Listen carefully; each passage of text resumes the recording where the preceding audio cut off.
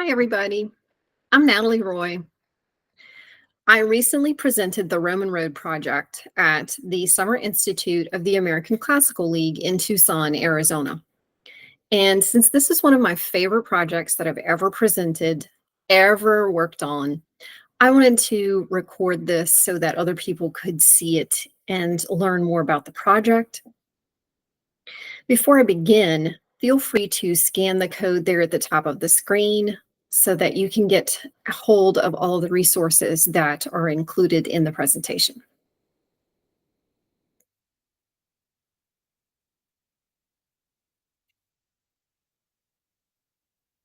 Oh, here we go. The Roman Road Project. In case you need to contact me at any time, you can find my information here. Again, if you download the presentation, all these links that are in color are live. A little bit about me. I teach two classes that center STEM in the ancient world, and those are Roman technology, the class that this project comes from. In that class, we recreate the products and processes of ancient Roman daily life using experimental archaeology and hands-on history STEM labs. And the other class I teach is called Myth Makers. We use ancient Greek and Roman myths as inspiration for maker projects and tinkering.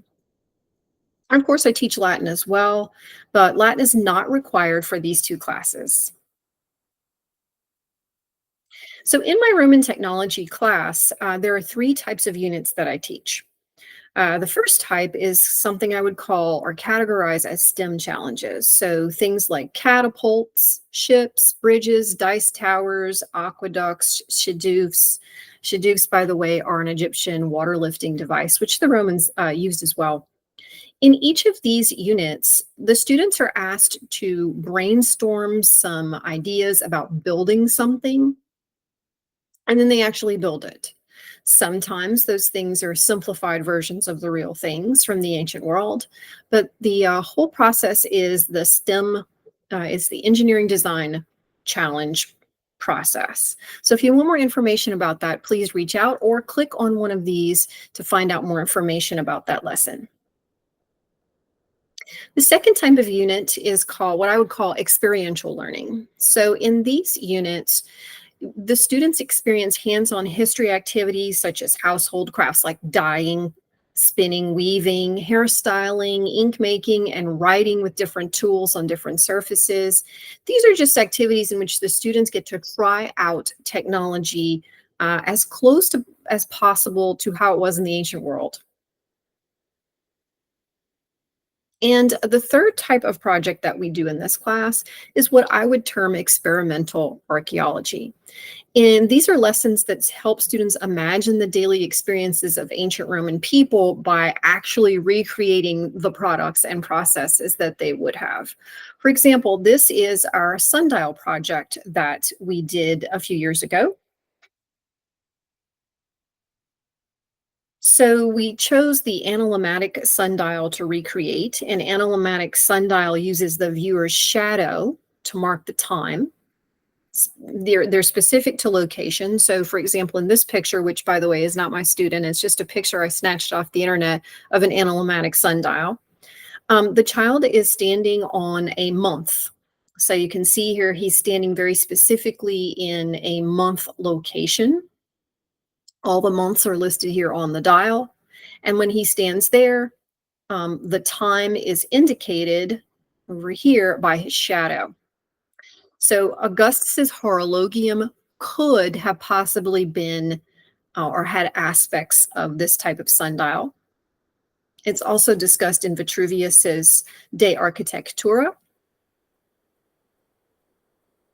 Another aspect of this sundial project was learning to cut stone the ancient Roman way to create mosaics. So here you see one of my students using a mosaic hammer to cut this little piece of marble using a wedge, just like the Romans would have used.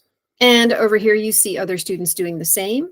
They are cutting different colors of marble and categorizing it and getting it ready for putting into the dial. Another part of this was actually learning to design mosaics in the ancient Roman way with very simple colors and designs. So this student here is designing with paper first. And then each student in each class at this time had to create one of the numbers or one of the months of this type of dial. So here are 4 of those numbers. Here's the finished product. You can see some of the months here: January, December, February, and on up to June and July up here. And of course, we had to shout out our sponsors, Lowe's and Exxon, at the time.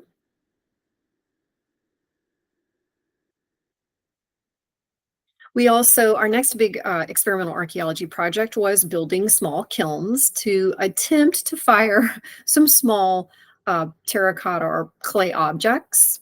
And you can see some of those here coming out of the kiln after the fire.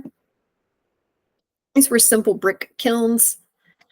Each student group built one. So we had, I think, a total of 15 little kilns going at one time. And we were pretty successful. We were very proud of ourselves. After that kiln project, this was, by the way, the spring of 2020, my students had a brilliant idea, or so they thought. Now, let me back up here and explain where we are in this picture. So this is the center ground of the 2 long halls here on the left and here on the right that form my school. Over here, this green door is the principal's office. So this is kind of the center of the school. This area here is really swampy when it rains, which is often because we're in Louisiana. And it's a beautiful space, but pretty unusable. My students one day were chatting right out in my classroom, which is over here on the left on this hall. And they happened to see a student who was running through the space. He was getting his feet wet. He was making a mess of himself. Why he chose this path through the yard, I don't know. He probably shouldn't have. But my students decided that they thought it would be a really fun thing for us to build a Roman road through this space so that students didn't have to worry about walking through here anymore. They could just do so with no problem. I thought this was a really good idea. And so we decided that we would try to do this. Unfortunately, it was beginning of March 2020, and you already know what happened, right? Yeah, COVID year. So our school shut down shortly after we finished our kiln project, and I did not see those students again, sadly. The next year, when we came back, I was attempting to teach students who were both at home and in front of me. So I had to get kind of creative. I made little hands-on kits for my Roman technology students that I would send home, drive to their houses in certain situations, however I could get it to them. One of those projects that we decided to do was mosaics, but we used paper to do it. And I simply taught them how to do the simple Solomon's knot, which you see in all of these projects. So each one of these is a student who was working at home, doing the best they could. And we put all of these together and made like a big floor that we pretended to walk on, So yeah, but this year, despite being kind of sad because not everybody was together, it turned into a really good year of research for us. And we decided that we would indeed try to build a Roman road. And so the goals of the project that I came up with were the following. Students would learn the sources of understanding of ancient Roman roads. They would learn about the lives of Roman soldiers who built roads. And they would learn how Roman roads were laid out with a groma, a surveying tool. They would learn how Roman engineers paced land to measure it. And they would learn how soldiers actually built the roads. And they would learn where Romans found the materials to build roads. And last, they would learn how to help our school with a problem that it had that a lot of students experienced. So could we really build a Roman road? This was the question that was in my mind when we began this project. And very quickly, I realized that I would need help. So my husband, David, um, a classic student as well. This is where we met, and we met in college in a virtual class. Shout out to David. And he played soccer on an adult league, recreational league. And in this team was someone who worked at this place, the Louisiana Transportation Research Center, which is a research arm of the Department of Transportation and Development in Baton Rouge, Louisiana. So he said, he mentioned that, oh, my wife is a Latin teacher. She's trying to build a Roman road. And this guy says, oh, I work at this place, LTRC. And I think I know someone who would really enjoy helping you with this project. So my husband said, you should really reach out to DOTD. I think they could be of great service. So I said, yeah, that is a really good idea. And by the time we figured this out, it was parent night at my school. And one of the parents who came through, where I had a little sheet that said, oh, please help us with the Roman Road project. He said, I work at DOTD. I would love to help you in any way. But he said, I think I know just the guy who could help you with this project. So I said to myself, I have to meet this guy. Okay. And I finally did. His name was Dr. Tyson Rupnow. He is the assistant director of the Louisiana Department of Transportation and Development Transportation Research Center. And so when we finally got to meet and sit down and talk things through, he made some really great promises. First of all, he would help me to fund the project. We had gotten a grant, but the grant was only about $3,000. I was pretty sure that I was not going to be able to build a Roman road, even a small one, with that amount of money. So it was great that Tyson offered some kind of funding. He also offered me daily assistance with the project. He even said to me, don't worry and think that you're meeting with me now and you're never going to see me again. No, I'm going to be there every day working with your students. And that's part of our job. We're trying to build our future engineers. So one of the first things he did was he invited me to visit the transportation lab, where he is the assistant director, and it was fascinating. So here's my hand on an asphalt brownie pan, as they like to call it. At this lab, they test all kinds of modern road building materials. Here are concrete core samples in this big room where they would test for environmental things, like they would freeze them, they would put them under heat stress, all kinds of different things to test how it would perform in those circumstances. Here is an asphalt core that they have cut up into pieces to test. One of the things I really enjoyed about working with DOTD, I started to realize, was that this project is going to be so much bigger than I thought. So it was wonderful to have assistants, professional assistants. In addition, the students would be learning so much more than just Roman roads. So they would be learning about modern civil engineering and about careers related to engineering, which fantastic. Love when my middle school students can learn about things that might be interested in doing in the future. Most students have no clue what they want to do at this age. Some of them do, but most don't. And if they don't know that a career exists, how can they even, want to try to achieve it? So it was wonderful to hear all about the different types of engineering. It was also incredibly inspiring to see the diversity at this wonderful place. This guy here is Dr. Sean Wilson. He was the DOTD director. During the time when we were building our Roman road, we were so excited we were going to invite him to come and see it. But at the time, he was running for governor, and he was not able to come. But we were really excited that he emailed us and said he was very proud of us and would love to see it. But he was a little busy. Here are some of the research staff that were working at the time at DOTD. As you can see here, just a wonderful diversity of people. I love for my students, who many are students of color, to see themselves in adult professionals, and how it helps them to envision themselves in that role. This guy over here on the bottom right is actually one of the parents of my student. And so it was wonderful to have him working directly with my students. So as I said earlier, we had gotten a grant that equaled about $3,000. So that was really helpful, but it would certainly not be enough. Thank goodness for DOTD.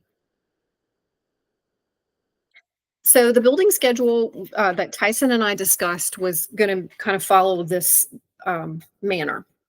So Tyson and I met to map out our schedule, order supplies. We decided that we would start in January and build through February so that we would avoid the heat in Louisiana, which is oppressive at almost any other time. Every day, we would have 3 sections of Roman Tech, 95 minutes each. And we would begin with a little mini lecture from either Tyson or me. The students would take notes, about 25 minutes. I would then go over safety procedures for the day's activities. And then we would have about 45 minutes to an hour to work. And then we would always leave enough time for cleanup, because oftentimes there was a lot of mud, which I'll talk about later. That was really, really hard to clean up. So just breaking it down to let you know what Tyson discussed. So here are some of his lectures. Cement hydration, not as boring as watching concrete dry. We all loved that one. He did something on old versus new concrete and the differences. And then what civil engineers actually do, which is very helpful for students to hear. Here were some of the things I discussed: pacing, surveying, archaeological evidence for Roman roads, rock moving, milestones, and markers. So here's a few things that we learned in our research and in the lessons that I presented to my students. So the biggest lesson I learned was that Vitruvius's description of Roman road layers is wrong. And if you want to go look it up, it's in 7.1. But it's one that almost, I'm sure everyone, if you've studied Latin or you've done any research about Roman roads, you've heard this, right? There's 4 layers: the stratum, the rudus, the nucleus, and the pavamentum. And he was really talking here about the foundation of a building. It got confused later on when people started trying to translate it. And I learned about this from Dr. Eric Paler's work. He's wonderful, by the way. One thing that I was really inspired about in doing this project was working with classics professionals who are the most generous people in the world. If you contact them, you email them and say, I would really like to read this article, but I don't have access. Would you mind sending it to me? They will send it to you. They want you to read their work. They want to talk about their work. They're pleased as punch that someone is reading it and is, using it in their work. So he was wonderful.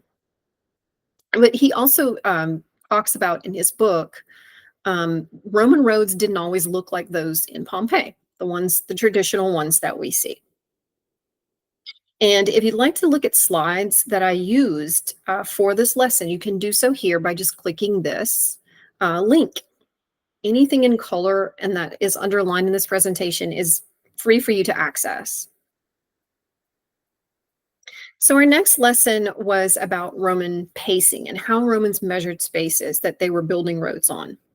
And so this was one of the first things we did. And I know that it looks like the students are just kind of walking around, but they're counting their paces. After they counted, they had to calculate. And this little thing here is just showing what that looked like. Again, if you want this lesson, you can click on this link here.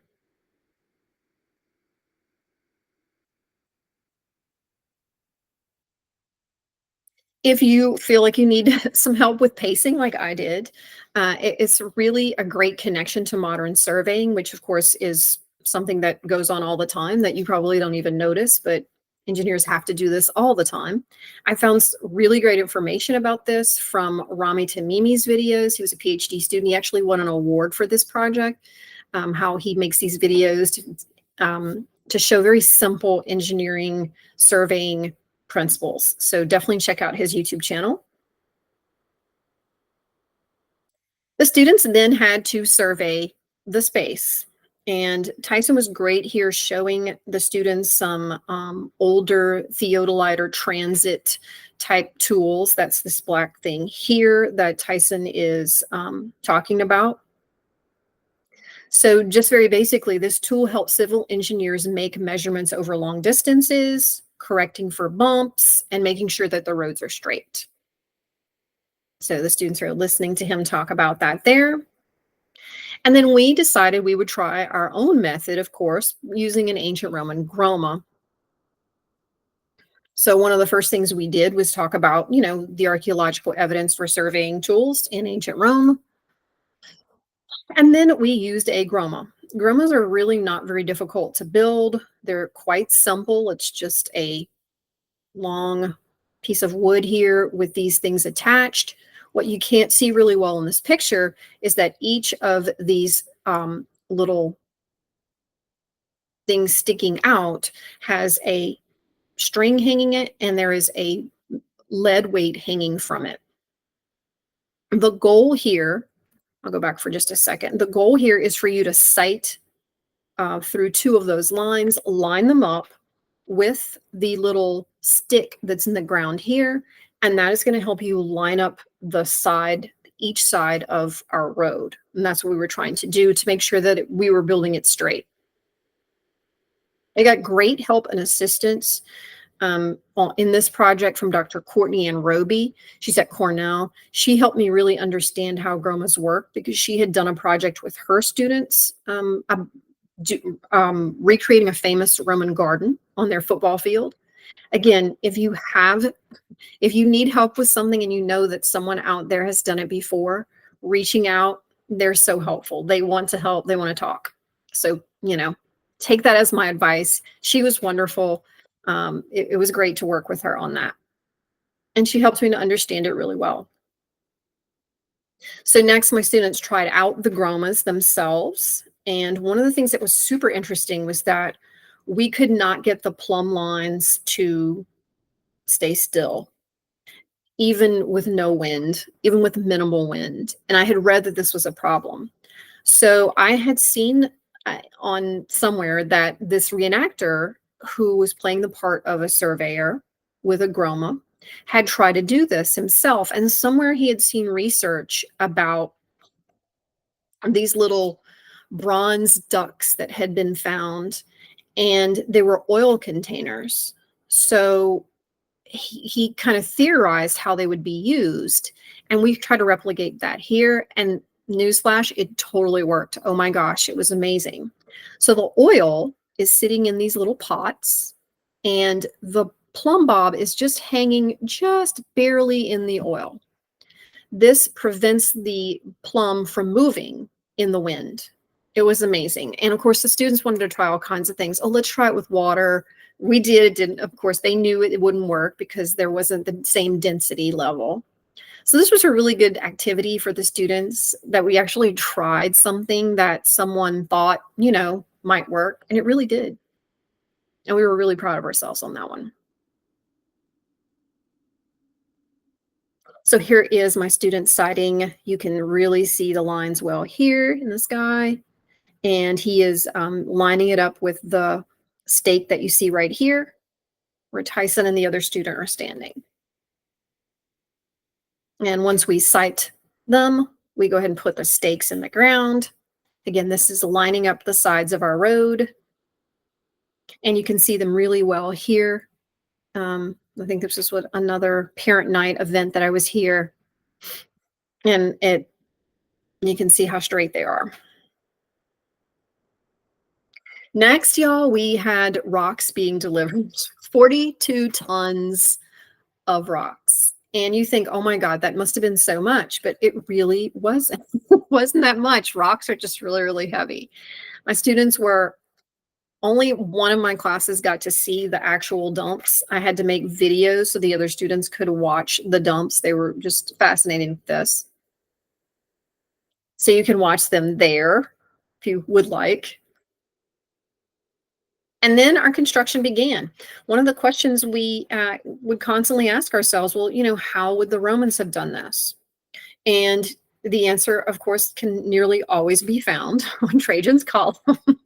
And here you see this soldier moving stones from one to the next, and they're using some type of basket. Our baskets would have to be a little sturdier.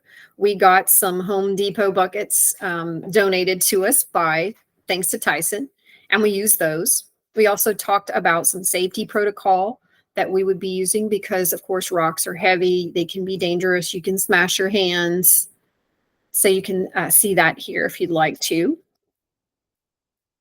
Here was pretty much our first day of laying rocks. Each class had a third of the road to build. So we divided those up. This was our first class. And that's what we were able to get done in a day. Not bad, right? We had about 26, 27 students in the class. So this was our second class. So this is what they were able to get done in their day. And I made a time lapse video of it because it was really cool. So this was early on in the project. The award-winning author, Sam Keen, and he's linked here if you want to go look at some of his amazing books. He's a science writer.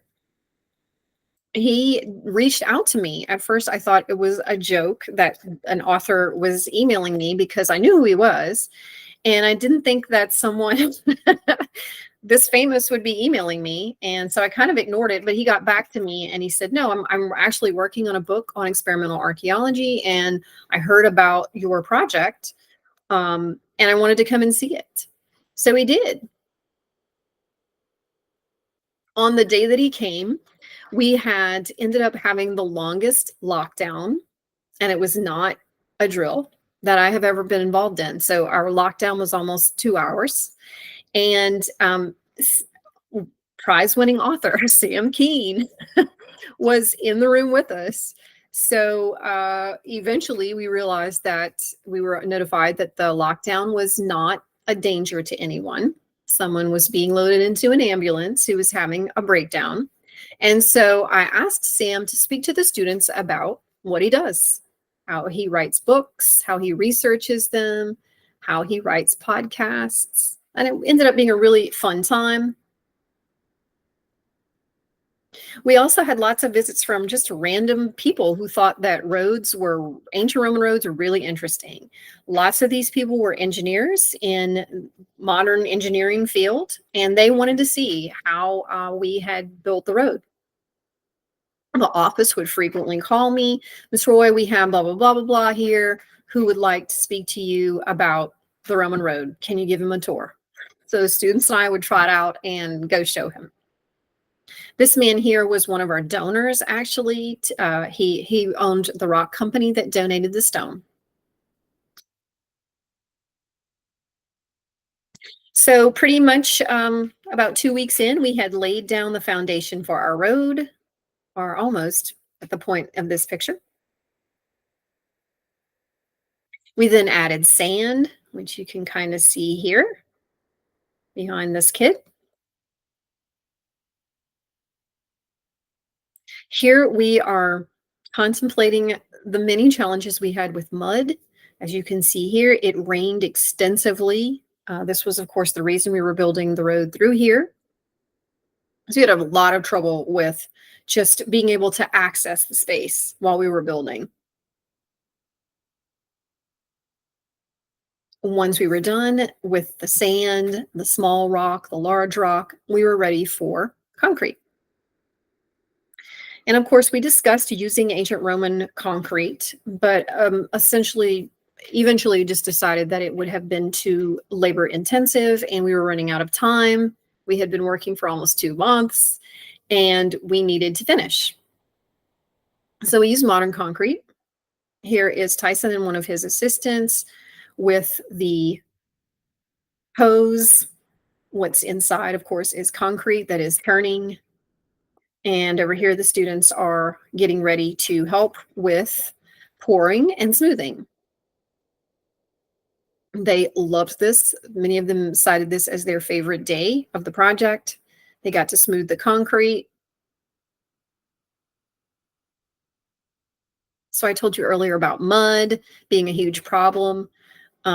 Here you can see all of the students have rubber boots on. I remember actually I wore rubber boots as well, but I would get stuck in this mud puddle quite frequently. At one point, they had to pull me out. So it got very, very wet and very messy. This kind of led us to the project that we're going to be working on this year, which is how do the Romans function in leather shoes in this type of environment, which certainly must have existed in, for example, Roman Britain. Big question.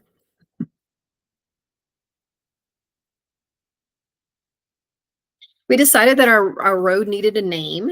So we decided on the Via Caledonia as a nod to Scotland because our school is Glasgow Middle.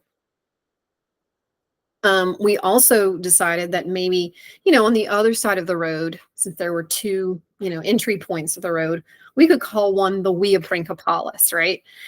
This, of course, was the one of the roads in a Roman fort. And this one led to the commanding officer's house. Well, our road led to the principal's office, so we figured that was an appropriate name. So it's Via Caledonia on one side and Via Principalis on the other. So here we are done, or so we thought. This was the end of pour day. And you can see there is a lot of mud here, a lot of mud here, here. It was messy. And this was right before our Mardi Gras break. In Louisiana, we always have a Mardi Gras break sometime end of February, March for this holiday. And important point before I show you the next slide, there is a Mardi Gras parade that is hosted in the neighborhood where our school is located. And our school serves as kind of the lining up point for floats and bands and anyone else who is marching in the parade. So unfortunately, when we returned from our Mardi Gras break, we found that significant damage had been done to our road despite all of our orange netting with signs saying wet concrete and whatnot. Someone rode a bike through the entire road and walked through all of it as well. So my students were really disappointed. I was too. My principal was terribly disappointed. But then I tried to help them to kind of keep the STEM mentality of, well, it's broken. There's nothing we can do. We need to fix it. And what I told them, okay, let's give ourselves a day to be mad, curses, whatnot. But the next day when we come in, we're going to have a mindset of let's fix it. So I recalled an article that I had read by Dr. Paler about how the Romans would inject molten iron into like little cracks and potholes in their roads. We weren't going to use molten iron because I thought that was a really bad idea for middle school students. But instead, we decided to do something kind of cool, which was use some resin. And so what you see here is one of the footprints. We took resin and we put like a bronzy powder into it, pigment. And, one of my art teacher friends walked by one day and she took this picture and she said, "This is a work of art. Oh my goodness." So eventually we came to love our ruts and our footprints, but it was hard. After our Roman Road project was over, DOTD had us hosted the students for a field trip to learn about the things that they do at the lab. Here you see the traffic lab where they monitor certain intersections for accidents, for traffic flow for eventual, improvements. Here, Tyson is showing them the brownie pans where road surfaces are created to be studied. Here he's showing them a core sample that they're going to test.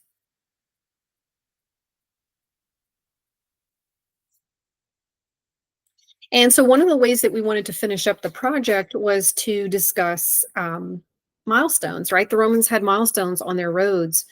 We looked into trying to maybe do some type of milestones that would be standing up more similar to ancient Roman ones, but time and funding had run out, and we wanted to do something super simple.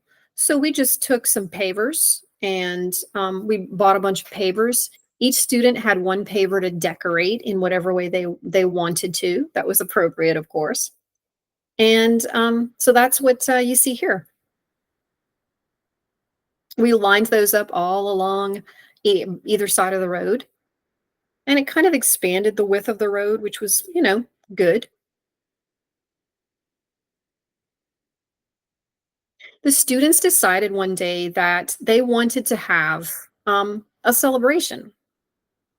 And Tyson was in the room at the time, and he said, "Yeah, I think that's a wonderful idea. You should, talk to your principal about planning that, and we can invite people that were donors. We can invite people that were, some in some way a part of the project." So we did, and it ended up being a really wonderful celebration.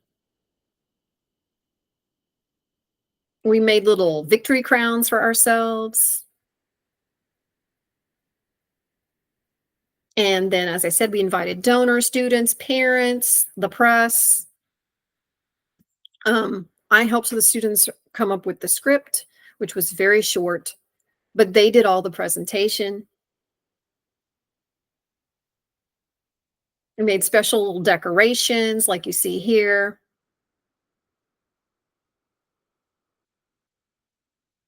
And then we got the big scissors. Like you could see the picture. I had to get the big scissors. And we cut the ribbon. And this is the photo that the newspaper took. The newspaper was there. It was a beautiful day, and the students really enjoyed walking on the road. We had cake, of course. And so I took a poll, a little survey after the project was over, just to kind of see how students felt about it. And collectively, they really felt like they had achieved something to help the school, which was great. You can see the big gash here, bike gash, but it still looks beautiful. So here's some of their quotes. So it says, "It has to be watching the time lapse of the road being completed and knowing that I contributed." Not having to, I think the question was, what did you enjoy most about the project? Not having to do actual mental work, doing the physical labor. It's just so fun. And I like doing hands on works outside, making real things and not just making a paper model. We're actually building a 300-foot road that people will actually step on. So it was not 300 feet, it was 167, just saying. Doing it with friends and stepping in the mud. Just the whole breath of fresh air, literally and figuratively. What a great quote. So it has been almost a year and a half now that the Roman road has been built. And I just wanted to give you kind of an update. So it's kind of become a community gathering place. Like every time we have an event at our school or some kind of, after school thing, the Roman road is like always like, let's meet at the Roman road. Let's do something at the Roman road. This picture was taken at our community Diwali celebration in November. And as you can see, like the art teacher came to me and she said, "Can I paint the tiles? Can I do this? Can I do?" And I said, "Of course, do whatever you want. It only you can only add to it." So they did. Her art students painted all these beautiful mandalas on the stepping stones. They added these lights. It was beautiful. It has become a true shortcut from one end of the campus to another, which is what we intended. So it's quite happy. And it's just a great happy memory for over 100 students that worked on this project. We also got some great mentions. The Baton Rouge Advocate did a wonderful story on our project. The whole thing is linked in the link here. Um, Shortly after that, I went to Tulane University to hear a lecture by Dr. Jonathan Zarecki on his experience in Roman reenacting. And as I was asking him a question after he was done speaking, I identified myself as a teacher of Roman technology. And he said, "Oh, are you the one that built the Roman road?" Of course, I did not know him at the time. And I just thought that was really, pretty cool that he knew who I was. I don't know how he did, but he did. In addition, a local minister used our project in a sermon that she gave, where she used our road kind of as a metaphor for life. And I thought that was very poignant. So what's next? Our a Roman Tech class is going to be taught again this year. I teach it every other year. So I was off last year teaching Myth Makers. So this year, once again, I'll be teaching Roman Tech. And we have a wonderful project that we're going to do called the Roman Shoe Project. We are going to be creating our own Roman sandals out of leather in the ancient Roman way. I'm standing here at, this is Vindolanda, the archaeological site on Hadrian's Wall. And this is Dr. Beth Green. She is one of the curators and one of the archaeologists who's working on the leather found at Vindolanda. And there's a lot of it, and many of them are shoes. So when I was visiting this site, I happened to see her. I knew who she was. We started talking, and we're going to be doing some lessons. She's going to be helping me speaking to my students all about shoes. So it's really exciting. I've also been named a Grosvenor Teacher Fellow with National Geographic and Lindblad Expeditions. So I'll be doing lots of archaeology outreach work. So both of those things I hope can fit into the scope of the Roman Shoe Project. And if you're looking for resources on this to possibly recreate it, or you just want more information, I wrote a specific blog post here. I've linked it about the research I did for this project, which was extensive. So please read here if you're looking for sources. And if you're looking to read more about the project itself and all that we did, you can go here and be sure to look for posts that are tagged as the Roman Road Project, because there's other stuff on the blog besides that. So once again, follow me on Linktree for lots more information. I'm always blogging about what we're doing in Roman Tech class on All STEM Leads to Rome, my blog. That's linked on the Linktree, as well as other things. And once again, if you need to contact me, the best thing to do is just email me there. I'm the fabricatrix@gmail.com. Thanks for listening. And again, if you have questions or you're interested in learning more, contact me. I'd love to chat about this wonderful project. Thanks for listening.